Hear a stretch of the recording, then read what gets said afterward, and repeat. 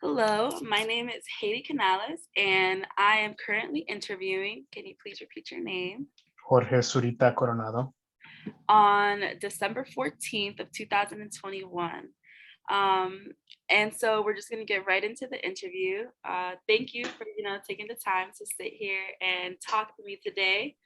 Um, I'm excited to learn more about you. So if we could just jump right in. Would you mind giving me kind of an introduction of yourself? So, where you're from, you know, uh, when you were born, you know, just kind of a top of the line Yeah, introduction to who you are. sure thing. Well, thanks for having me and for interviewing me and helping me be part of this. I come from an interesting background, I think. My family is originally from Mexico, and my family came over, gosh, well, longer than I've been alive, so over 25 years now. And I was born in Utah, in a city outside Salt Lake City, Utah, small city called Ogden, Utah. And I lived there, for about 12, 13 years or so. And after, that time, my family moved over to Pennsylvania, and that's where we've been living ever since. I went to Penn State from 2014 and graduated in 2018. I majored in political science with a minor in sociology. Uh, I mean, I'd like to say pretty involved at Penn State. I did a lot of things, and just to, you know, part of it was, um, a way to find friends. But I think majority of the things that I eventually really committed my time to was uplifting my community, and doing more where I could be uh, be in the most humble way a representative voice for my community in spaces that sometimes I felt our voice was not being heard. So yeah, I think that's kind of like a small summary of me at Penn State and how I got there. Thank you for sharing that. So you were mentioning kind of like your childhood and how you grew up, and you spent a good chunk of your life in two different locations. Can you kind of tell me about, growing up, and, maybe that transition during the time when you were moving? Like, what did that feel like? What were the neighborhoods like? Yeah, What was the biggest difference that you can say from maybe Utah to the place that you moved to? yeah. I think they were very similar and very different in many different aspects. Utah and Pennsylvania, and where we live now, we live in Chester County, Pennsylvania, which is outside of Philadelphia, like 45 minutes south. They're very majority white neighborhoods. So that was always kind of the neighborhoods that I came from. So it was obviously I didn't grow up around a lot of people that looked like me, or professionals that looked like me. So for a very long time, I had never really considered college as something that was within my grasp. It's not because I didn't see myself in college. I kind of describe it as I never thought that as an opportunity. It never crossed my mind. My family, I was the first in my family to go to college, as many people are, um, many Latinos are. So I think coming from those majority white neighborhoods, being in many different ways, kind of one of the very few Latinos in classrooms growing up, it kind of prepared me one way or another, for better or for worse, to be at Penn State, being such a majority white school in itself. I think other students that I spoke to while I was at Penn State, they were just shocked at the amount of, they were shocked at the lack of diversity at our school. I think for me, I was in many different ways sometimes kind of surprised at how many different people I was able to encounter from different parts of the globe and the United States, and from different backgrounds that I didn't have growing up. But certainly, that's not to say that Penn State shouldn't be doing more. And it was always something that when I was in school that we always constantly talked about. And certainly, I think faculty is a big one. And I think students and faculty and staff, and increase diversity. And that was always something that we spoke about. And I think, my growing up, kind of like, it was kind of coming to Penn State. I remember it was like 2014. So there was there was a lot of protests going on campus about Black Lives Matter. Like, this was at the height of Black Lives Matter, when it really took off, in terms of like protest and stuff. And we had our own protest at school at Penn State. And for some reason, before coming to Penn State, I had always felt like, like, issues of diversity and race and racism were like, issues that impacted, or were issues that were made, more difficult, or more, I guess what I'm trying to say is, like, I always thought that coming to a school of educated people, and people that were like, going to school and getting an education, that there wouldn't be any racism for some reason. So I was like, coming to Penn State was like, wow, like, I'm so excited to, like, in the back of my head of like not having to deal with racism while I'm at school. And I think during those Black Lives Matter protests at school, like, that I think was one of the most shocking moments, when it was like confronted with racism at Penn State. I was like, racism transcends all. Like, it doesn't matter, where you are, what level of education you have, or whatever.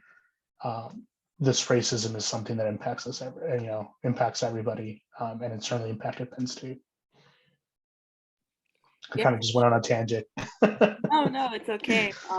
Kind of going off of that, what role do you think that kind of played, you know, as you went through your time at Penn State? So you said that was like kind of in like the beginning of your time at Penn State. Like, Yeah, how did that play out in the rest of your time? yeah. I think, like I said, like, for me, like, I was coming to Penn State, and for me, what I wanted to do was just, because in high school I had, done a lot of like, I had done like work on diversity issues, because I was from a majority white school in like rural Pennsylvania. And that was something that, combating racism was something that I had, myself as an individual and my family had faced while, you know, growing up in Pennsylvania and growing up in Utah. So it was something that I was like, kind of like, I definitely want to combat that. And I definitely want to do something like that while I was in high school. After graduating from high school and going to Penn State, again, I'm in this mentality that, I'm going to the school where people are educated, people are getting an education. Like, there's no way they can be racist, because, like, kind of my mentality was like, they know better, they're educated, kind of thing. So after that, when confronted with racism during those Black Lives Matter protests, it was kind of like a damn, like, you know I'm gonna have to deal with this kind of thing. Like, it was a kind of, like I said, a shock to me, but it also kind of felt like, wow, well, I definitely want to like combat that, and do what I can while I'm here, and try to make this place a better place for myself, and hopefully for other students, so they don't have to deal with that. So I think that moment definitely carried with me throughout my time at Penn State, just because it was something that really stuck to me, and like, I wanted to do what I could to combat just the racism and lack of diversity, and uh, a lot of the different issues that were brought up during those protests. Yeah, and that's just crazy, because I think that a lot of college age students who also identify to be a part of, minority groups, kind of have that same mindset about, going to college and like being free from, Right. whatever, outside factors, hinder them. But the sad reality is that these institutions, they kind of act as bubbles. Mhm. And then these bubbles just kind of lead to isolated incidents, and so Yeah. people don't pay enough attention when uh things happen on campus, because Right. they think it's isolated events, but in reality it's things that are always constantly happening in the shadows. Right. And it's a um, lot, in a lot of many ways, like a micro yeah. uh, example of the greater world. I think that's also one of the big things that kind of like, this took longer for me to realize. I think it was like towards my junior year. Like, it was kind of just the issues that students deal with at Penn State, and I'm sure at other universities, are just example of like a micro examples of what people face in the real world, and even how to address those issues. You talk about like having to talk with administrators and like doing advocacy and stuff like that, and you just like um, it's a lot. Those issues are definitely like widespread. It's not just at Penn State, but we Yeah. definitely have it within our power to do something about that, and not to remain quiet about them. I definitely agree with that. And kind of going back, to kind of understand what, built you up to kind of be able to, be confident to be able to, take on those type of leadership roles, because that isn't easy. Like, you have to have a level of courage to be able to, stand up for what you believe in. So, tell me about like your family. Like, what type of role did they play, let's say, in like your life? Like, who were Yeah, you raised by? Did you have siblings? Was your family close knit? Was it not close knit? yeah, Give me kind of a overview of your family structure. yeah. So I have a great mom and a great dad, and I'm really fortunate for that. And they're both, really um, big parts of my life, and certainly made me who I am. And and then I have two younger brothers, so I'm the oldest. So being, I think like the other day I saw a meme that was like, you being the oldest son or daughter of an immigrant family, you're like the third parent. So like for many different, and for many years, I was like the one translating documents for my parents and stuff like that. So that made me really independent in terms of, like, I had to, if there's something that I want or something I want to do, like, not that my parents weren't supportive, because they were obviously always very supportive. They just didn't understand, what was going on, even when applying to college and stuff like that. They were always like, yeah, like, if this is something you want to do, like, go for it. Like, but they were very limited in what they could help with, just because of their lack of understanding of how the education system works.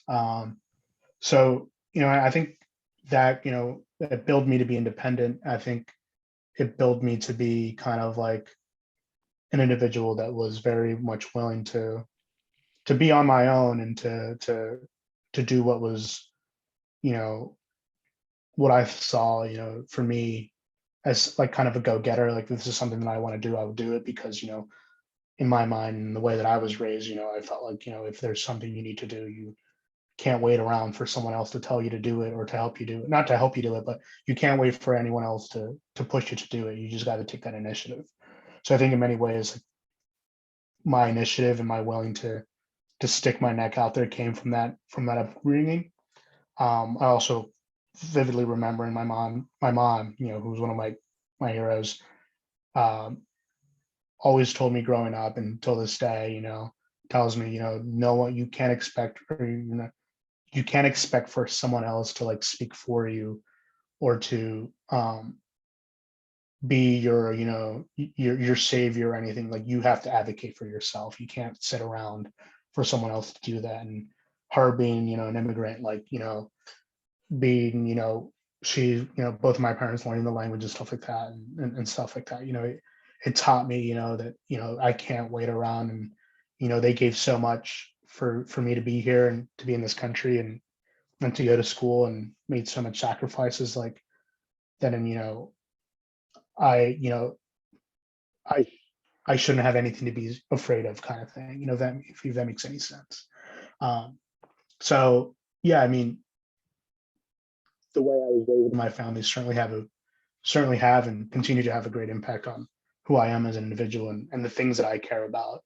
Um, you know, I think in many ways, like, just who my parents are, always giving back and always willing to stand up for what is right, has always been something that has been kind of like my force behind what I did in, my advocacy at Penn State, or and what I do now.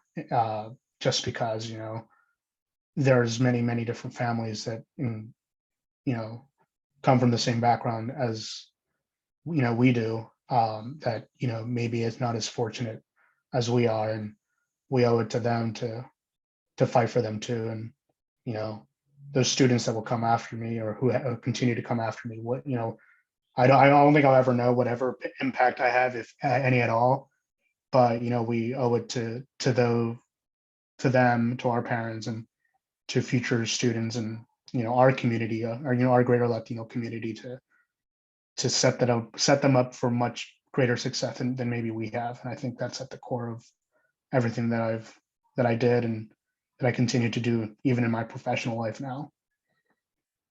Yeah, I definitely resonate with a lot of the sentiments that you made, like especially kind of just about your parents and kind of taking all of the sacrifices that they, made and just kind of running with it because that's Yeah. all we can really do. Like, and the situations that we're in, like being first generation college students, like not having, people around you that, can guide you because Hmm.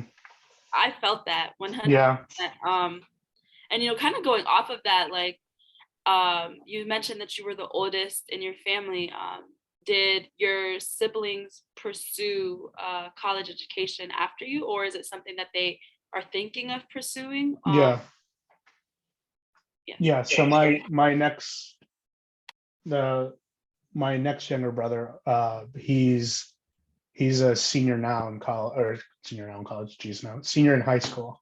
And he's thinking about, going to college. I think obviously, it's difficult to have everything figured out, and so he's struggling with that. But I'm here, I'm being as supportive as I can and helping him figure it out. And that's something that our family has always kind of preached, the importance of an education as a means to really move up, in the world, and set up a successful and successful life, and for yourself and your future family and stuff like that. And obviously I studied political science, and I went on to uh, to work on Capitol Hill and stuff like that. And that's where I kind of found my niche.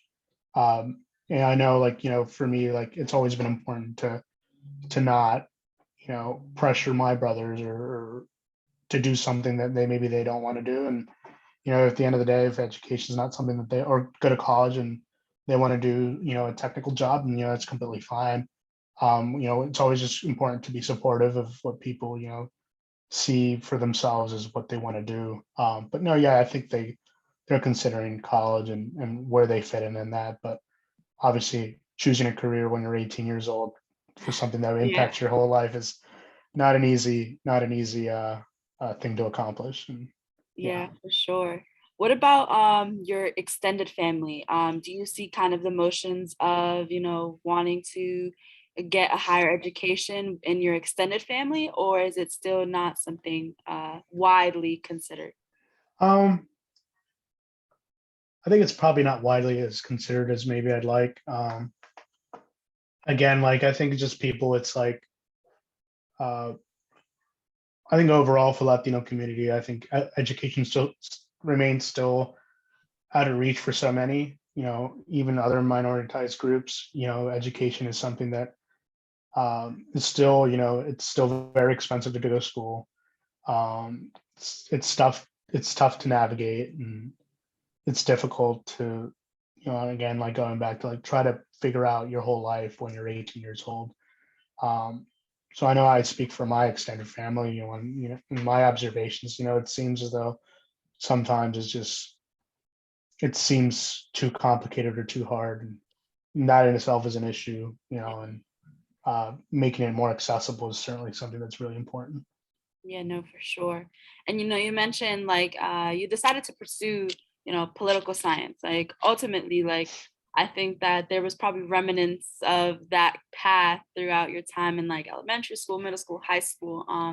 Can you kind of give me an understanding of, your primary and middle school education, your high school education, like what were Yeah. your classes, professors that kind of, or teachers that kind of just stuck with you or kind of pushed you into the direction that you are now? Because I'm sure that it didn't Yeah. really come as a one No. day you woke up and you wanted to pursue political science. Yeah. I think for me, like, I definitely wanted to. I think the moment that sticks out in terms of, like, why political science was, I had a class in high school, was like modern civics and economics. And it was more like, how kind of government works, and what role citizens play in government, and kind of like current events. And I just remember like being in that class, and I was like really like kind of, it was like my favorite class. I just like trying to understand why things were going on, and kind of the national sphere was just really exciting to me. And this was like in junior or senior year of high school. So this was in the midst of me applying to college, and stuff like that. Um, and I just kind of like, I remember meeting with my counselors, and then them telling me like, well, what do you want to study? And I was like, well, I had no idea. And they were like, well, what are some of your favorite classes? And I told them, well, I really like, this modern civics class, and it's really cool. And they're like, well, maybe you should consider political science. And then, doing research on that. And, it just seemed like a perfect fit for me. Um, and like, kind of like, I've always had like, um, teachers in high school that were really supportive.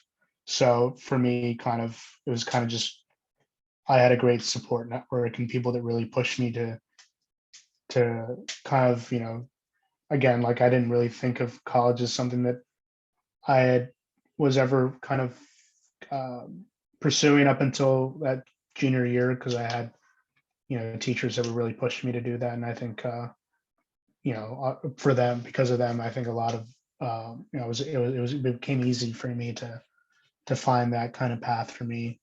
Um, and I think in college, I think I always said for me, like the PRCC was always great. Just kind of like it felt like home.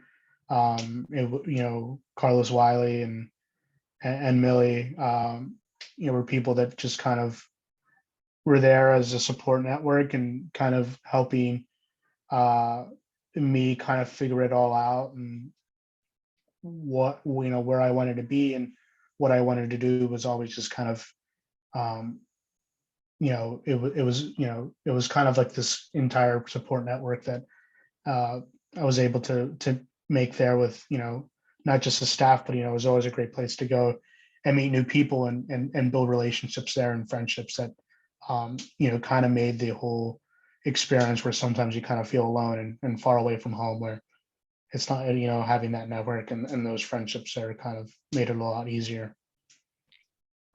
Yeah, for sure. And kind of now, transitioning into thinking about your time at Penn State more closely. How did you even find out about Penn State? I feel like that's always, an interesting question to hear the answer to. Yeah.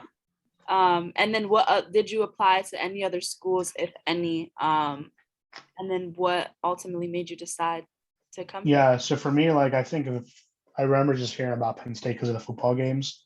Mhm. Um, and I would always see like kind of that logo, the chipmunk logo. Um, so it had always been in the back of my head, Penn State uh, was a school, but that's as much of the understanding I had of Penn State. It was a school in Pennsylvania that played football. And when it came to applying to school, um, I I didn't really want to go to Penn State, just because I felt like it was just so like everyone went to Penn State, and I don't want to be like everyone, kind of thing. So I really was just like, yeah, I mean, I want to go to Penn State. And I think there was some like, I don't know what it was, but I think I just kind of applied for it, just to apply, kind of thing. And then I applied to other schools, kind of smaller schools, kind of close to home, because I felt like that just kind of made sense to me. I didn't want to be too far away from home, being a first generation college student and stuff like that. Uh, so I originally wanted to go to a school in the city. So I applied to Temple University, and like visited it, and kind of like, after visiting the school, like I liked it. And I was really considering it. And, I like the idea of living in a city, and I like the idea of like, um, being in Philly, close to home, like not too far. Um, but then I got accepted to Penn State, and got invited to an acceptance students day. So I was like, you know what, like maybe I should just go and like see what all the hype is about, I guess. And I just I remember like just being on campus and felt like kind of like this vibe of like I felt like I was on a college campus, and where like other schools that I had visited, I didn't feel like that.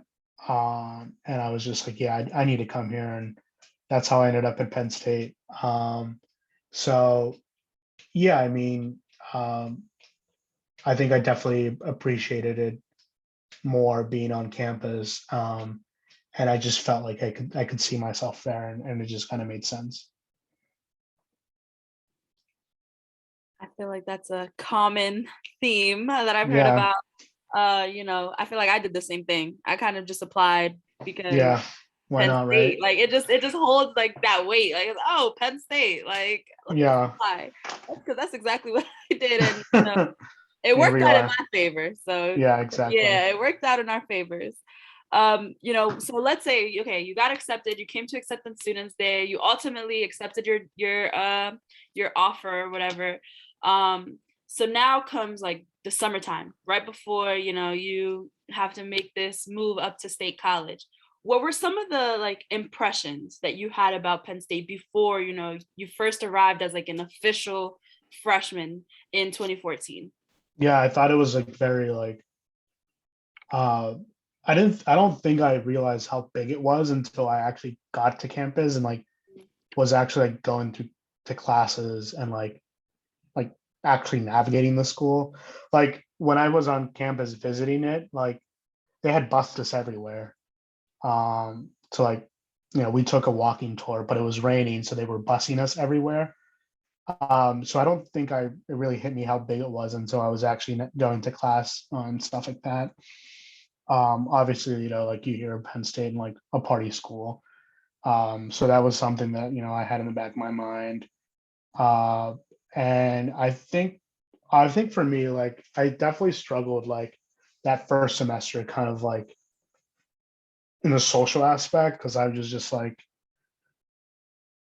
I was just like, for me, like in high school, it just came very natural to make friends. But I feel like in college, like it was just like overload. Like it was just too much. And I was just kind of like, I don't really want to go out to and explore downtown and, and stuff like that. And so it just like socially was very difficult to me to like branch out and like in many ways, like I felt like I could explain it like in terms of like didn't remember how to make friends. So I think there a misconception that for me was like, it was going to be like high school where like you would just friends would just be like that. But like I felt like for me, like I don't know, I just didn't feel as natural to make friends. And I think the biggest misconception, and definitely something that made you know that first semester really difficult was in high school. Like I don't know about you, but like for me, like sitting in class and just listening was kind of enough. Like I never really took notes, and I never really did any of the readings, and I just kind of like coasted by, and that was enough. So for me, I was like, wow, well, college will probably be the same thing. And that first semester was a big wake up call. Was like, nope, you have to actually take notes, you have to do the readings, and you have to put in much more work than you did in high school. So that was just like, you know, these big misconceptions kind of like, I wish again, like going back to like if I had kind of like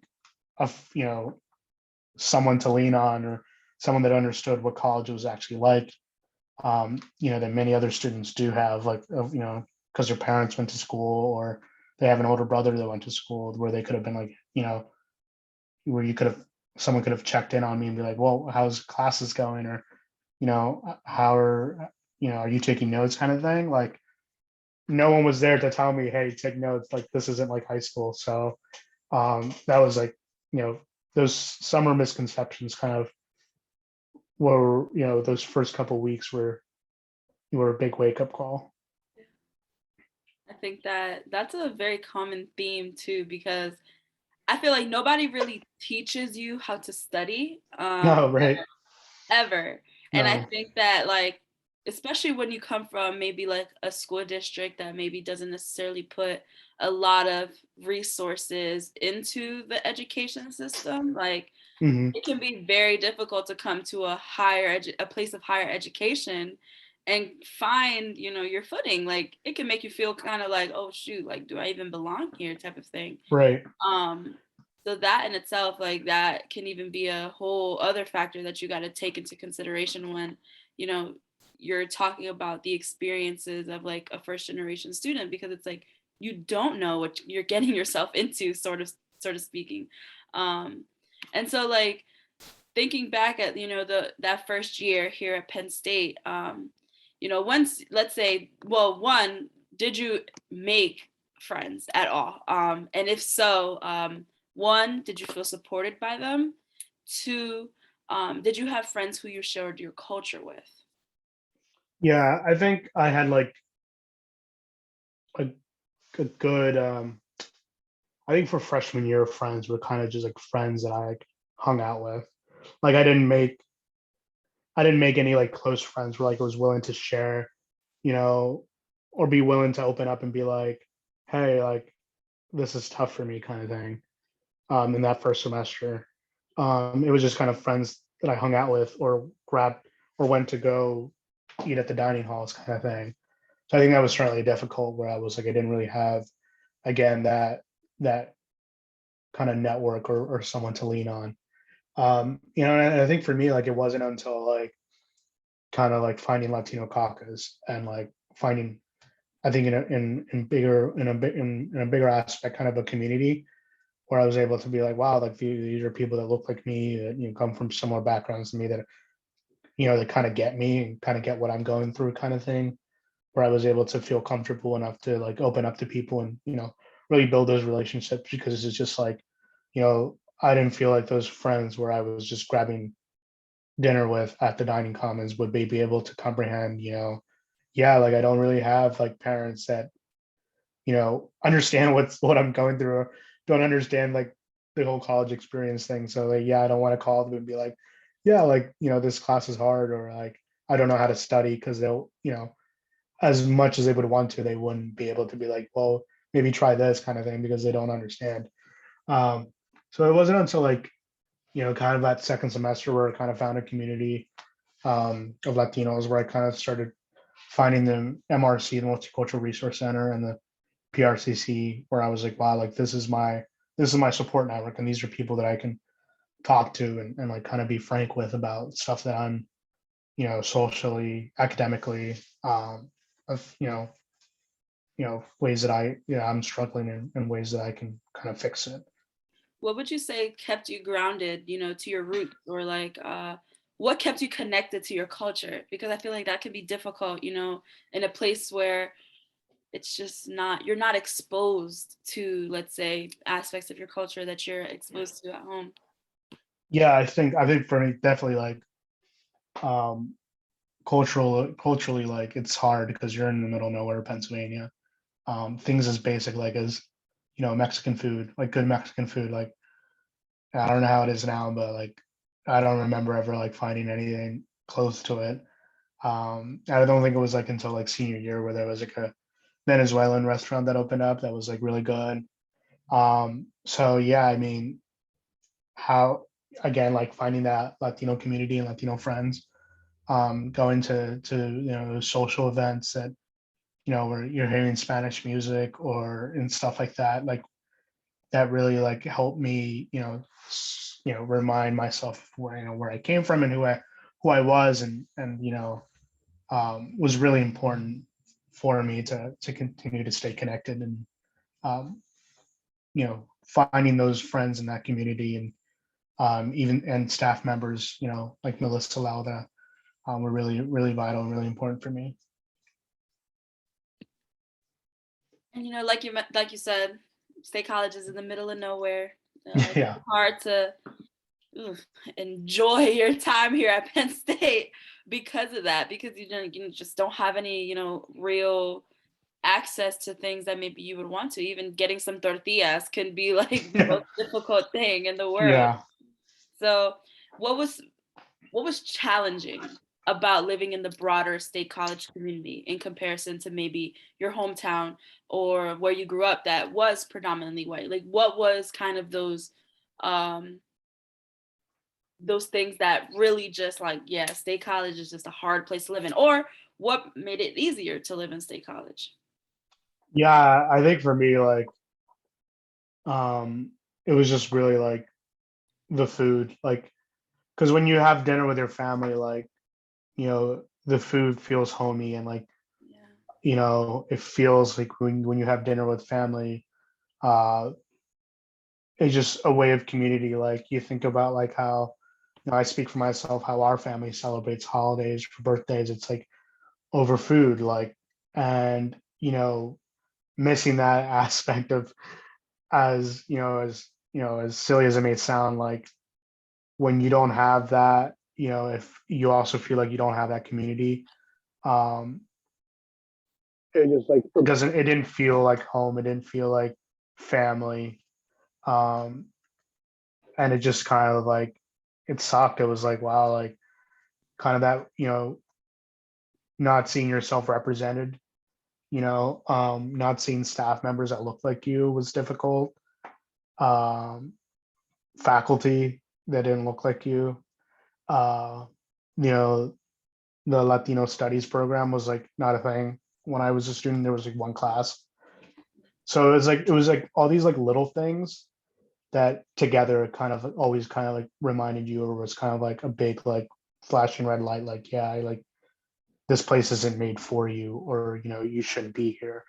um, Little things like that together were kind of constant reminders of the lack of representation, and that this institution, that's such a research one institution, uh, where we're a lack, where there's that lack of representation. It's like these are just constant reminders that, yeah, you don't belong here, kind of thing. Yeah, no, for sure. So those I can only assume that those were the things that kind of played a role in choosing what extracurricular programs or clubs or groups that you ended up being involved in.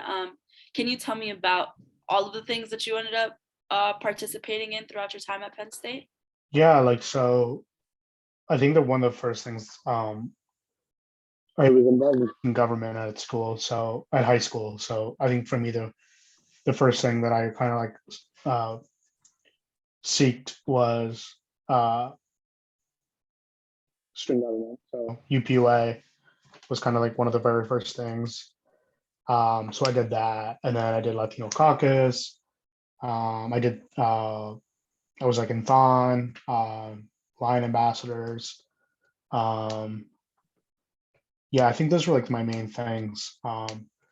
But I think eventually, like, I just kind of stuck with Latino Caucus, uh, just because I felt, again, like that was a great way for me to stay connected with my community and who I was. Yeah. What would you say your experience was like in the predominantly white spaces like Thon and you said Lion Ambassadors, Line UPUA, Ambassadors, yeah, Lambs, UPUA? Because I had experiences in UPUA, and I think that that definitely kind of shaped my Penn State future because I wanted to get away from that group. yeah, yeah, But as somebody who spent a lot of time in those predominantly white spaces like Thon, like Line Ambassadors, like UPUA, what either kept you in those organizations or what made you take a step back? yeah. I think certainly what kept me there for as long or as little as I may have been there. I know for UPUA, it was just kind of like, there wasn't at that time many Latinos who were represented there. So again, like, kind of this mentality that I had, if I wasn't going to be that voice, then no one else will. Would I can't wait for someone else to do it. So I think that's what kept me there as long as it did. I think it was up until um, junior senior year where I was kind of like, well, I ran for VP, and I just kind of like, it was a good way for me just to leave. So I was like, all right, like, it's time for me to kind of just do my own thing and do something else. And I know for Lambs, like, I was in Lambs for 3 months, Oh wow. and I was just like, yeah, this isn't for me. Like, I don't have the the will Yeah. to just be here. And it was towards my junior and senior year, and I was like, you know what, like I don't need to I don't need to be here to I don't know, accomplish what. Like it's not my job to, like being a person of color, like you feel like you're put in positions to like we're like, all right, well, like how do we make, or how do we fix our diversity issues? Like, and you're kind of put on the spot. And I was like, I don't have the Looking at time. Yeah, exactly. I don't have the time nor the will or willingness the to, want.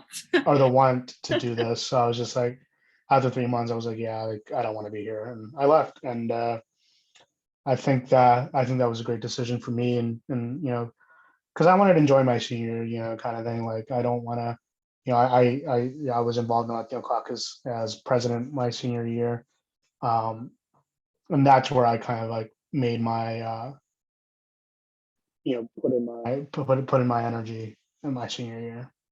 Yeah. Um, and then like, while you were involved in these things, they take up a lot of time. Like I know from personal experience how much time that, um, these organizations, take up. But were you working at all while you were in school? And if so, like what was your experience like looking for jobs or taking or even like internships, things like Yeah, that? Like what was your experience with that whole process? yeah. So I was really, um, I had like a scholarship through a local organization back in my from my hometown. So I was really fortunate to have that. So for my like first or second year, I didn't really. Uh, no, actually, I lie. I did do a job, kind of like I was refereeing IM soccer games. So like that was just something fun and like a way to make extra cash and stuff like that. So I did that for 2 years, and then I did uh, the student engagement network as an intern, and that was just also like kind of a great way to like meet new people and like just make an extra dollar kind of thing. So um, it was just kind of like for me, it was like really just kind of spending cash, things that you sometimes don't want to bother your parents for, like, because sometimes you also feel like guilty, like, hey, I need more money kind of thing. It's just like, well, I don't want to be constant, I had to be on my own kind of thing. Like I had to find my own ways to like make my own money to like, if I want to get Chipotle to like have money to buy Chipotle. So stuff like that. And it was really like, a way for me to help support myself while I was there, not try to be too much of a burden for my parents. Yeah, no, I felt that for sure. So speaking of, spending money, cash money, just to have that extra spending money, what did you do for fun here at State College? I mean, there's only but so much to do here, but like, what did you find yourself doing to kind of blow off that steam? Yeah, I think for me, I think it was like the football games were always like kind of fun thing to do in the fall. Uh, Kind of just like tailgating and like I think for me like soccer games are always fun to watch. Um, I know like there was also like sometimes like dance socials that like different Latino organizations put on. They were always kind of fun to not even if you just didn't want to even not even not just if you wanted to dance, but also just kind of hang out and meet new people. So a lot of that, a lot of also like kind of like going to different hangouts with friends and stuff like that were always kind of, I felt like having a good group of friends towards those like last 2 years, like someone was always doing something that you could just like, you know, go hang out with them and kind of like just it was just easy towards the end, kind of after those like last couple, after the grueling like freshman and sophomore years and a little bit of junior year, you kind of just find your community where it's just like, your friends are your friends, and you kind of just hang out like 24/7, like whether it's studying or watching a movie. It's just like it just becomes easy. And I Yeah. think those are definitely some of the more fun memories that I have towards the end of college that definitely certainly hold near and dear. And that's perfect transition into the next question. What are some memories that you can look back at your time at Penn State and just be like, yes, like I'll always cherish that memory, or that was a fun time, or just something like memories that stick out to you from your time here at Penn State? Yeah, I think it's just honestly like I can't say there's one specific one. I think for me it's just like the little like late nights like with friends just chatting and like um like it's just like those little things that were like really like close friendships for me, like those late nights when you're chatting with a friend, like kind of thing, like those like always just stick out to me. Because it's like friendships that I still have today that after during those late conversations, kind of like in Old Main Lawn or whatever it may be, just hanging out, that really like stick with me, just because like Yeah. for me that's where my friendships kind of became solidified, kind of thing. Yeah, for sure. And kind of thinking, back as at your experience at Penn State, kind of as a whole, there's always this idea that Penn Staters are very prideful, that Penn Staters are very passionate about being here and being a part of this community. And like looking back now as an alum, do you feel pride in being a Penn Stater? Um, yeah, I think so. I think there's definitely like a different level of pride that maybe your maybe quote whatever I'm putting air quotes average Penn Stater maybe has. Um, I always like to think that Penn State were some great years, but they're not going to be the greatest years of my life. And I think that's always like important to keep in the back of your mind, especially as folks are graduating. It's definitely hard to like for me like Penn State is important to me, specifically just because of the friendships that I made there, um, the relationships that I built there. I think that's what I take pride in. Obviously, I'm very grateful for the education that I got at Penn State and stuff like that. And don't get me wrong, like it was great, and I met some great professors, and it really like molded me into who I am, and stuff like that. But um, I always think about like for me, especially during those early months and years at Penn State, I always come back to the thought of like um, this school can do a better job in representing or being making me feel as though I belong here, and things as easy as having a Latino studies program. And I say it's easy because to research one institution, it shouldn't be hard. Um, No, I definitely agree. so yeah, I mean, I take pride in being a Penn State alum, um, but I know that there's always more work that can be done. I agree. And kind of, this is again perfect transition. um, what are some things that you think Penn State could do to help better support the Latino students here? And what could it do to make Penn State and university life just better for Latino students, whether it's based on things that you experienced in your time at Penn State or things that you've noticed that have happened, since your graduation? Yeah, Mo, I haven't been back to Penn State campus in well since I think the pandemic, so at least 2 or 3 years. Um, so I don't know how things have changed, but what I can say is, when I've hinted a little bit on it, is like a Latino student and a Latina student should be able to walk through campus and see themselves reflected on that campus. Um, they should be able to see themselves reflected in faculty and staff and its leadership. Um, and when those things aren't there, it becomes very, again, as I said earlier, like these small things that may seem small to your average Penn State student. When I say average student, your white students or other students that are not Latino. Those things that may seem small to them is something big for us, because if we don't see ourselves represented in this campus at this university, we don't feel valued, and we don't feel as though this place is for us, and that in itself is not good for our success. So obviously, Penn State can do more to hire Latino faculty. They can do more to build a Latina and Latino studies program, and they can do more to um, as a student is walking on campus, see themselves represented there in a place that they belong. Yeah, no, I definitely agree. And I'm actually pursuing the Latina Studies minor, and I'm on track to complete it next semester. So Awesome. they there's been a couple, road bumps in trying to finish that minor, just because the course load isn't there.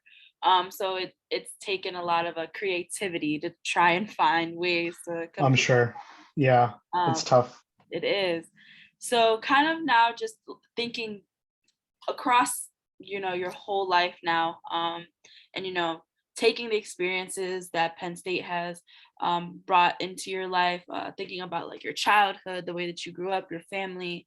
um, do you have a person who has had like a very positive influence on your life, and if so, what did he or she do, or what did they do to influence you? Yeah, I think for me, it's my mom. You said at Penn State or Just overall. in general, overall? Yeah, I think it's my mom. I think she, like I was saying earlier, she just kind of like instilled in me the will and the reason to go to school and to graduate and to come into this country so that the dreams that she had could be fulfilled by her son. So I think I always think of my mom as someone that has really shaped me as who I am, in who I am and what I believe in, as someone that's always in the back of my mind. Yeah. What about somebody that, changed the course of your life? So by something that he or she did, like how did it happen? Or do you remember Yeah, someone saying something that had just a big impact on you, and how basically how your path played out after that? for me, yeah, I think it's like I had a English teacher in high school. Her name was Miss Burnett, and I remember telling her, like, I was like, yeah, like there's no way like I can go to school. Like it's so expensive. There's like I can't afford it, so I just can't go. And I remember her just looking at me and saying, "You're gonna go to school. You're going to apply for FAFSA, and if that doesn't cover it, you're gonna get loans. Everyone does that. Like this shouldn't be the reason why you don't go to school." And her just being very frank with me and like telling me like, yeah, like you're going to go to school, and this is the way you're gonna accomplish it. Kind of just like it changed my course on if she wasn't, maybe I think about if she was unwilling to or didn't say that to me at that moment, I wonder where I would have been today, kind of thing. So that's who I think as someone who's changed the course of my life, kind of thing. And then last question, how is the world different from when you were a child? So kind of like thinking about, maybe politics wise, maybe if you want to get into that, or just thinking overall about your outlook on life, like how has that changed from when you were a child? Yeah, I think that's a tough one. I think um, hmm, I think people nowadays are um, more more conscious of where we are, maybe as a country, in terms of how far we've gone, but how much further we need to go. Penn State, like I said earlier, was a micro representation of that, Yeah. where I felt like as though students and faculty, and certainly the administration was like, well, look at all the stuff we're doing, like what we've done. And I think it was always like students reminding them, like, yeah, but there's so much more you can be doing, and there's so much more that you should be doing.